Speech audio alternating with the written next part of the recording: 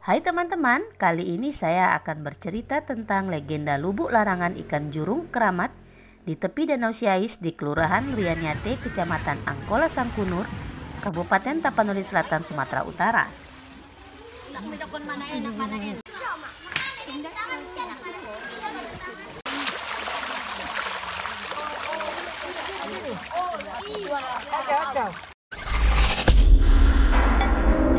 Sebelum tonton video ini, jangan lupa like, komen, dan subscribe ya.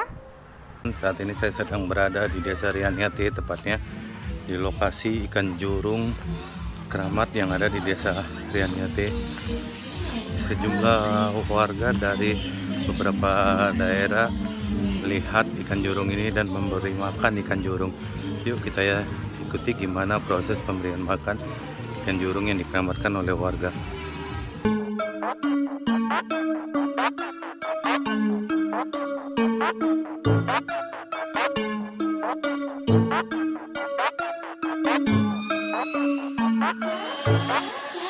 Untuk sampai ke lokasi ini, kita harus menempuh jarak sekitar 70 km dari kota Padang Sidempuan atau 500 km dari kota Medan. Wah, memang cukup melelahkan guys. Namun, di Jalinsum Pantai Barat ini ada cukup banyak lokasi wisata yang bisa Anda lalui, seperti ikan jurung keramat Rianyate, tepi Danau Siais, keindahan alam Danau Siais, dan bahkan air terjun Simatutung. Jadi tidak perlu khawatir, sekali jalan bisa melihat 3 lokasi wisata loh.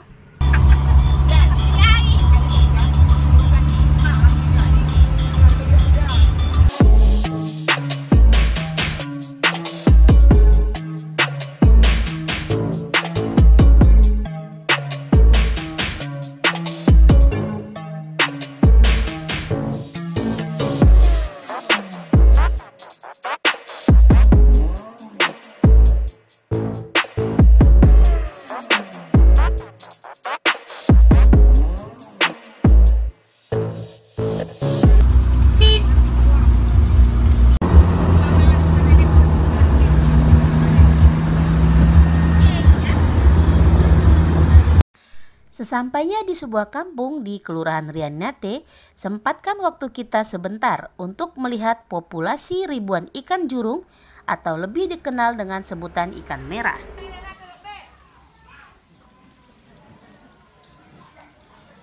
Sebuah keajaiban bertahan selama 1 abad di Kelurahan Rianyate, Kecamatan Angkola Sangkunur, Tapanuli Selatan. Ribuan ikan jurung berukuran sampai 50 cm dengan berat mencapai 2 kg lebih hidup liar dalam sebuah sungai kecil dan dangkal yang mengalir di belakang rumah penduduk.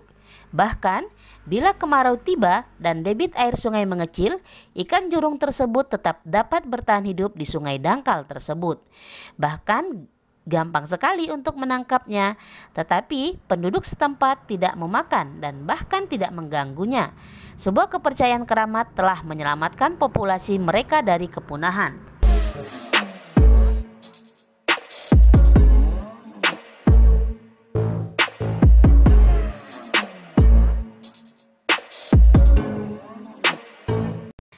Ikan ini dikeramatkan oleh seorang syekh yang tinggal di daerah Rianyate ini dan membangun masjid di sini. Tepat di belakang masjid terdapat ribuan ekor ikan jurung yang keramat. Biasanya para pengunjung memberi makan ikan dengan makanan ringan seperti kacang borobudur, roti, pelet, dan indomie. Ikan ini juga tidak liar alias jinak kepada pengunjung dan terbukti pada saat masyarakat melakukan aktivitasnya di sungai tersebut seperti mencuci dan mandi. Bahkan sebagian ikan keramat ini berenang di sekitar kaki-kaki mereka.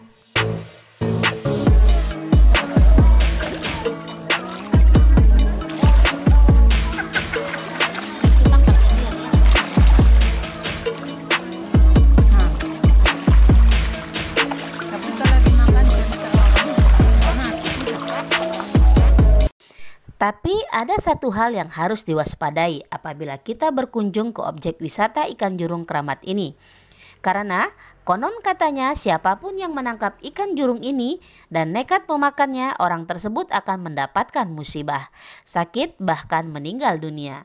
Namun, dari informasi yang saya dapatkan, ikan jurung ini boleh ditangkap dan dimakan apabila ikan sudah keluar dari kawasan Sungai Rianyate.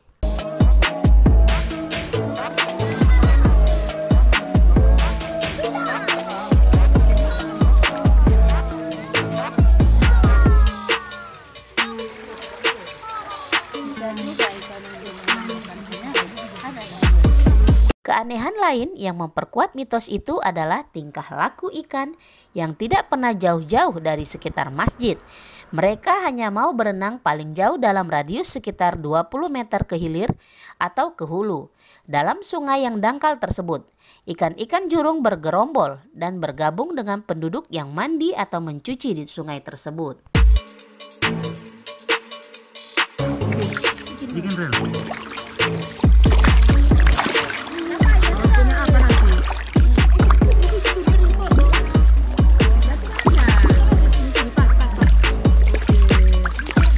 Menurut informasi warga sekitar, sejarah keberadaan ikan jurung keramat di Sungai Dangkal Rianyate ini berkisar pada tahun 1920.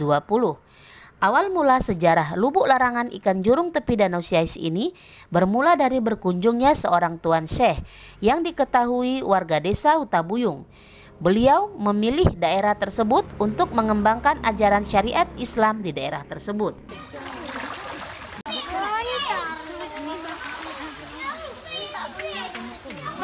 Namun, Tuan Syekh tersebut melihat Sungai Rianyate kotor. Sejumlah warga dari hulu sungai membuang kotoran ke hilir sungai, hingga kotoran manusia membuat air sungai tersebut tercemar dan tidak layak untuk digunakan mandi, cuci, dan bahkan mengambil wudhu.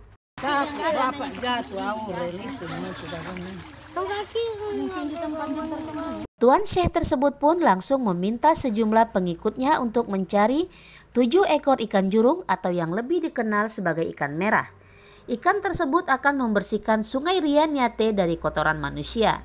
Setelah ikan jurung ditemukan, Tuan Syekh langsung membuat lubuk larangan di aliran Sungai Rianyate dan melepas 7 ekor ikan-ikan tersebut ke sungai. Sejak adanya lubuk larangan, berangsur-angsur air sungai yang kotor kembali bersih dan bisa digunakan warga untuk mandi, cuci, dan untuk mengambil wudhu. Setelah menyebarkan syariat agama Islam, Tuan Syekh tersebut pun pulang ke kampung halamannya di daerah Hutabuyung. Namun, sebelum beliau pulang kampung halaman, dirinya berpesan kepada warga untuk tidak mengambil ikan jurung tersebut dari lokasi lubuk larangan yang dibuatnya.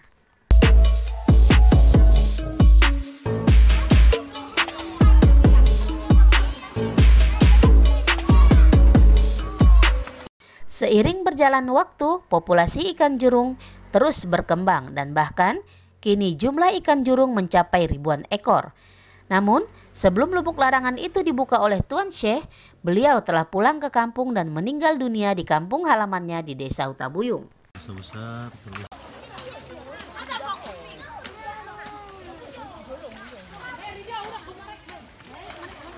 Untuk menjaga kelestarian ikan jurung di sungai tersebut, dengan kepercayaan keramat telah menyelamatkan populasi ikan tersebut di Sungai Rianyate.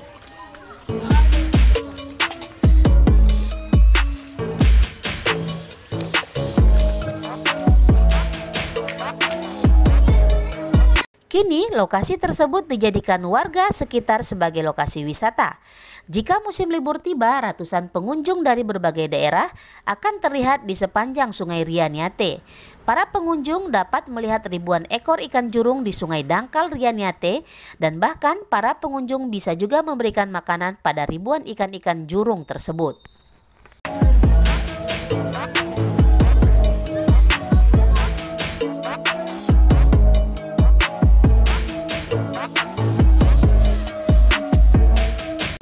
Sejumlah warga mengaku ikan bisa diambil apabila saat ikan-ikan mati atau keluar dari lokasi Sungai Rianyate. Dalam kurun setiap 3 tahun sekali, ribuan ikan jurung akan mati dan warga sekitar pun dapat memanen ikan dan menjualnya ke pasar.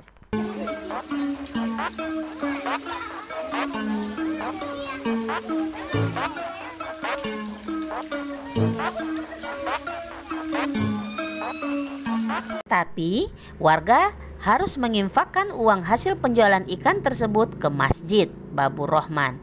Warga hanya bisa mengambil jasa kerja mereka saja.